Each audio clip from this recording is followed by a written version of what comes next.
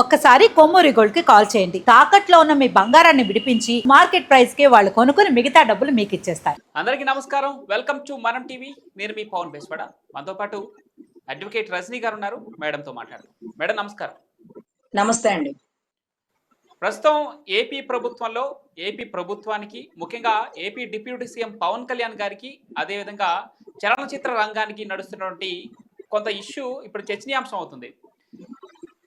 NDA కూటమి వచ్చి సంవత్సరం అవుతున్నా కూడా సినీ పెద్దలు ఎవరు ప్రభుత్వాన్ని కలవకపోవటం, కేవలం టికెట్ల రేటు పెంచుకోవడం కోసం మాత్రమే నేతలను కలవటం, ఆ పని చేసుకొని వెళ్ళిపోవటం అంతే తప్ప పూర్తిగా సినీ పరిశ్రమలో ఉన్నటువంటి తప్పుల్ని కానీ లేదంటే ఆ సమస్యలు కానీ పూర్తిగా పరిష్కరించుకోవడం కోసం మీరు వచ్చి ప్రభుత్వాన్ని కలవండి అంటే ఎవరూ ముందుకు రాలేదు. ఇప్పుడు పవన్ కళ్యాణ్ సినిమా విడుదల నేపథ్యంలో థియేటర్లు బంద్ అని చెప్పేసి ప్రకటించడం కొంత చర్చనీయాంశం అవుతుంది. ఈ ఇష్యూని పూర్తిగా ఎలా చూడాలి మేడం? నమస్తే అండి. ఈ ఇష్యూని పూర్తిగా ఒక ప్రొడ్యూసర్ మీద పగా ప్రతీకారాల, లేకపోతే ఇండస్ట్రీలో నుంచి వ్యక్తి ఒక రాజకీయంలో ఒక స్థాయిలో ఉన్నప్పుడు అతని మీద చూసినటువంటి ఈర్ష్యలు ఏమైనా ఉన్నాయా? What ever it may be. ఎందుకంటే సీజ్ ద షిప్ అన్నప్పుడు మాకు తెలియలేదండి సీజ్ ద థియేటర్స్ లేకపోతే సీజ్ ద మూవీస్ అనేంత మాత్రపు అనగల వ్యక్తులు ఉంటారని. ఎందుకంటే సీజ్ ద షిప్ అంటే దాంట్లో దొంగ రైస్ బియ్యం పోతున్నానో లేకపోతే ఆ షిప్పుల ద్వారానో లేకపోతే ఉగ్రవాదులు వచ్చే అవకాశం ఉంటుందనో లేకపోతే అక్కడ ఉండే నేరాన్ని బట్టి మా నాయకుడు ఆ మాట అనాల్సి వచ్చింది. కానీ ఇక్కడ ఏం జరిగిందని సీజ్ ద థియేటర్స్ అంటే మాకు అర్థం కాలే. పోనీ వారి మధ్య చర్చలు అంటే ఎగ్జిక్యూటివ్ డిస్ట్రిబ్యూటర్ల మధ్య ఏమన్నా చర్చలు జరిగినాయా, ఆ చర్చలు విఫలమైనయా అంటే ఆ చర్చలు పెట్టడానికే సంవత్సరం పట్టింది. అంటే ఆ చర్చలు ఇంకా పెట్టలేదండి. ఇప్పుడు కూడా థియేటర్లు మూసేయరు, అక్కడ చర్చలు పెడతారు. చర్చలు విఫలం అయితే థియేటర్లు మూసేస్తారన్న మెసేజ్ వస్తుంది. ఈ చర్చలు ఎప్పుడు పెట్టుకోవాలి? గవర్నమెంట్ ఫామ్ అవగానే అయ్యో మన సినీ ఇండస్ట్రీ నుంచి వెళ్ళిన వ్యక్తే ఈ రోజు ఒక ఉప ముఖ్యమంత్రి హోదాలో ఉన్నాడు. మన సమస్యలు మన సాధక బాధకాలన్నీ తెలిసిన వ్యక్తి. ఇమీడియట్ గా మనం వెళ్ళి అతన్ని కలుద్దాం. గత ప్రభుత్వంలో ఇంత కిలోమీటర్ లెక్క నడిపించి ఇది సినీ నాయకులని లేకపోతే పాపం యాక్టర్లని నడిపించి కనీసం నమస్కారానికి తిరిగి నమస్కారం పెట్టలేనటువంటి సంస్కారహీనుల ముందు మాట్లాడారే కానీ ఈ రోజు మనలోంచి బయటకు వచ్చిన వ్యక్తి ఒక రాజకీయ నాయకుడు, అప్పట్లో ఎన్టీ రామారావు, ఇప్పట్లో పవన్ కళ్యాణ్ అనే స్థాయిలో ఉన్న పరిస్థితిని కనీసం మన ఇంటి బిడ్డ, మన సినీ ఇండస్ట్రీ బిడ్డ అని వెళ్ళి వాళ్ళ సాదర బాధకాలు చెప్పుకోలేదు. తర్వాత ఈ జరగాల్సిన చర్చలేవో ఒక సంవత్సరంలో ఏ రోజు పెట్టలేదండి. ఇప్పుడు కూడా 30వ తారీఖు వైజాగ్ లో పెడుతున్నాము. మాకు ఇబ్బందులు ఉంటాయి. తర్వాత చర్చలు విఫలమైతే ఇమీడియట్ గా థియేటర్లు బంద్ చేసేస్తామని. సరే, అక్కడ కూడా మా సినిమా సమస్యలు అనే కోణంతోనే చూద్దామండి. నిన్న ఒక 2-3 రోజుల క్రితం మాకు తెలిసినటువంటి వార్త ఏంటంటే ఏప్రిల్ ఎండింగ్ కే సమావేశాలు పెట్టేసుకోవాలి, మేలోనే థియేటర్లు మూసేయాలి అని అనుకున్నారట. ఎందుకని మే అని ప్లాన్ చేసినారంటే మే 9 సినిమా రిలీజ్ అని ఫస్ట్ డేట్ వచ్చిందండి. సో మే 9 రిలీజ్ అంటే మే 1 మూసేస్తే పిడబోతుంది అనే ఉద్దేశంతో పాపం ఏప్రిల్ ఎండింగ్ కే చర్చలు అన్నారు. మరి చర్చలు పెట్టలేదు. మరి వారికి ఎందుకు లీవులు కుదరలేదా లేకపోతే ఎందుకు చర్చలు పెట్టలేదో? పెద్ద సినిమా వచ్చే ముందు చర్చలు పెడితే సినిమా ఇండస్ట్రీనో లేకపోతే ప్రభుత్వమో దిగి వాళ్ళ చర్చలకి సారాంశం ఇచ్చేస్తుందనేమో, సమస్యలకి పరిష్కారం ఇచ్చేస్తుందనేమో, లేకపోతే ఇవంతా బెదిరింపుల మీ ఇష్టం, మీ చర్చలకి మీరు ఏదైతే రిజల్ట్ లేకపోతే మాకు తగ్గటువంటి ఆన్సర్ రాకపోతే మేము బంద్ చేసేస్తే నష్టపోయేది ఎవరు? ఉప ముఖ్యమంత్రి గారు కదా మేడం. అంటే గవర్నమెంటే ఆహ్వానించింది ఫామ్ అవగానే మీరే చర్చలకు రండి, సినీ పెద్దలే రావాలి ప్రభుత్వం దగ్గరికి, ప్రభుత్వం సినీ ఇండస్ట్రీ దగ్గరికి రాదు అని చెప్పేసి పవన్ కళ్యాణ్ గారు ప్రమాణ స్వీకారం చేసిన తర్వాత క్లియర్ గా చెప్పడం జరిగింది. ఇంకొకటి, జనసేన దగ్గరే ఈ సినిమాటోగ్రఫీ శాఖను కూడా పెట్టుకొని సినీ రంగ పరిశ్రమ నుంచి వచ్చినటువంటి ఒక వ్యక్తి కాబట్టి ఆ పరిశ్రమకి ఎటువంటి లోటు లేకుండా చూసుకుందామనే ఒక సదుద్దేశంతో పవన్ కళ్యాణ్ గారు చెప్పడం జరిగింది. ఈ రోజు నిర్మాతలు చేసే వ్యాఖ్యలు వేరే విధంగా ఉన్నాయి. వాటిని ఎలా చూడాలి?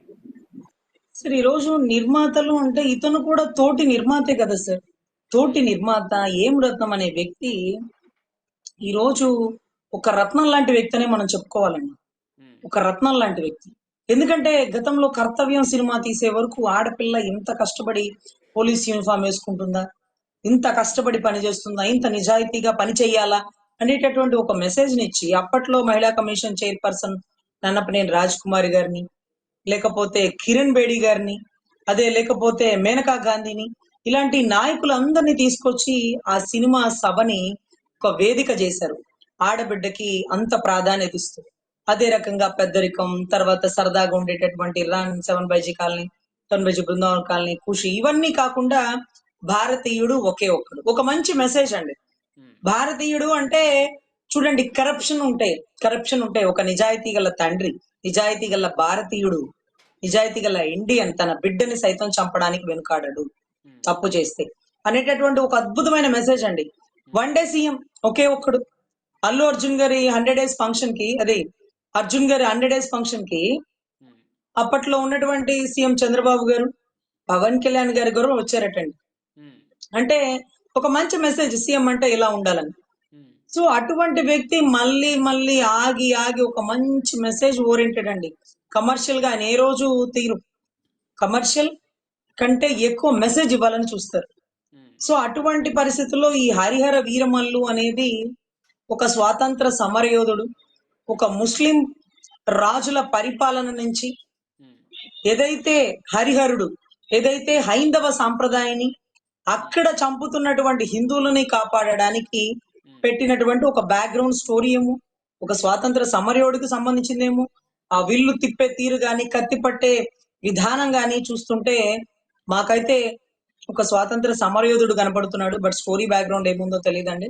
ఉమ్, ఎనీవే, ఒక మంచి మెసేజ్ ఓరియంటెడ్ సినిమా వస్తున్నప్పుడు, అది కూడా వాళ్ళ సినీ ఇండస్ట్రీ నుంచి బయటకు వచ్చిన ఒక వ్యక్తి నుంచి వస్తున్నప్పుడు, ఉమ్, ఈ అడ్డుపుల్లలేసిన ఆ నలుగురు ఎవరు అనేది ఒకటైతే, ఆ నలుగురిలో నేను లేను అంటూ గుమ్మడికాయల దొంగలాగా భుజాలు తడుముకుంటూ ముందుకు వచ్చినటువంటి అవును. అల్లు అరవింద్ గారు. అల్లు అరవింద్ ఆ గారు. నలుగురిలో నేను లేను, మీరు ప్రస్తావించినప్పుడల్లా నా పేరు ప్రస్తావిస్తున్నారు, నేనెందుకు అడ్డుకుంటాను అని.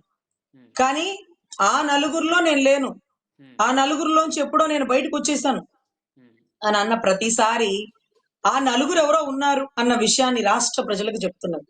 ఎవరా నలుగురు? పవన్ కళ్యాణ్ గారి మీద పగబట్టిన వారు ఎవరు? సహృదయంతో లేకపోతే సేవా దృక్పథంతో ఈ ఉమ్, రోజు ప్రజల్లో ముందుకు వెళ్తూ ఇచ్చిన మాట నిలబెట్టుకుంటూ సినిమా మీద వచ్చిన డబ్బు కూడా ఉమ్, ఓడించిన ప్రజల కోసం ఖర్చు పెట్టినటువంటి గతంలో మీరు నమ్మండి, ఈ రోజుకి ఓడిపోయిన నాయకులు ఉమ్, ఎవరు కూడా వాళ్ళ కాన్స్టిట్యున్సీ లో లేరండి. ఎవరు ఓడించిన ప్రజల కోసం రూపాయి ఖర్చులు పెట్టారండి. భవన కార్మికులకి పంచిపెట్టారా? కౌలు రైతులు చనిపోయినప్పుడు అండి, మేమే స్వయంగా ఉమ్, ఒక 10 మంది పేర్లు, కౌలు రైతులు చనిపోయారు, వాళ్ళలో కొంచెం వైసీపీ వాళ్ళు ఉన్నారు. సో వాళ్ళ పేరు ఎందుకులే అంటారు. చనిపోయిన ప్రాణంలో మీరు మతాలు, కులాలు, పార్టీలు చూస్తారేంటి? ఉమ్, రాయండి వాళ్ళ పేర్లు. ఆ 10 మంది పేర్లు రాయండి. వాళ్ళు ఏ పార్టీ అయితే మనకెందుకు, ఆ కుటుంబంలో ఒక తండ్రిని కోల్పోయారు, ఆ ఉమ్, కుటుంబంలో ఒక అన్నని కోల్పోయారు. సో మీరు దాంట్లో ఎప్పుడు పార్టీలు చూడకండి అంటూ వందలో 45% పైకి వైసీపీ వారికి అమౌంట్ వెళ్ళిందండి. ఉమ్, అంటే పార్టీలు మేము చూస్తాం, కానీ మా అన్న అలా చూడడు. మనిషిని మనిషిగానే చూసేగల సహృదయుడు.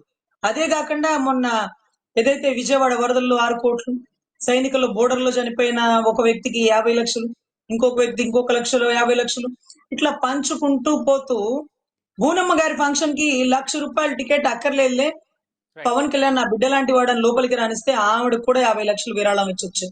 ఉమ్, సో ఇటువంటి పరిస్థితులు చూస్తుంటే అటువంటి వ్యక్తి ఆర్థిక మూలాలని దెబ్బ కొట్టాలనుకున్న వ్యక్తి ఉమ్, ఈ రోజు రాష్ట్రానికే కాదు, దేశానికే కాదు, ఈ భూమి మీదే చీడ పురుగు లాంటి వ్యక్తి. వారు ఎవరైనా కానీ, రైట్. ఆ నలుగురు ఎవరైనా కానీ, వారిలో మేము లేవని ఎందుకు ముందుకు వస్తున్నారంటే, ఉమ్, ఆ నలుగురు తీవ్ర పరిణామాలు ఎదుర్కొంటారు, భారీ మూల్యం చెల్లించుకుంటారు అనే పదాలు మేము వాడమండి. ఎందుకంటే ఇక్కడ కర్మ సిద్ధాంతాన్ని నమ్ముతాం. ఈ చోట కర్మ, ఈ చోటే. అన్నని బాధ పెట్టినవాడు, అన్నని ఇబ్బంది పెడదాం అనుకున్నవాడు, అన్నని ఆర్థిక మూలాల్ని దెబ్బ కొడదాం అనుకున్నవాడు, 175కు 175 వస్తానని చెప్పిన వాడు సైతం ఉమ్, 15 వస్తే ఎక్కువ. జగన్ నీకు 15 వస్తే ఎక్కువ, 175గా సరే, 15 వస్తే ఎక్కువ.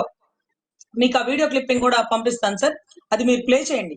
అంటే ఒక వాక్ శుద్ధి గల వ్యక్తి ఒక మాట మాట్లాడితే ఆ మాట ఎలాగా అవలీలగా పని జరుపుతుంది. అంటే పైన తదాస్తు దేవతలు ఉంటారు, ఏమి అనమాక తదాస్తు అయిపోతుంది అంటారు చూడండి.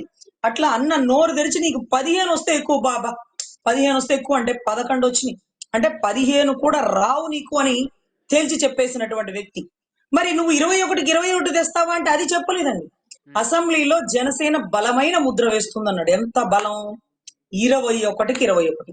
175కి 175 వాడు చేసి చూపించలేదు కానీ మా అన్న 21కి 21 గెలుస్తామని చెప్పకుండా అసెంబ్లీలో బలమైన ముద్ర వేస్తామంటే ఏం ముద్ర అనుకున్నాం. కానీ ఇంత బలంగా దేశ రాజకీయాలు కూడా నుంచున్న అందరూ గెలిచేసినారా?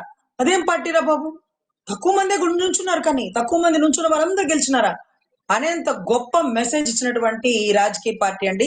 దేశ రాజకీయాల్లో జనసేన లేందే, రాష్ట్ర రాజకీయాల్లో జనసేన లేందే రాజకీయాలే ఉండని మనుగడ జరుగుతుంది అని ఎప్పుడో అన్నాడండి.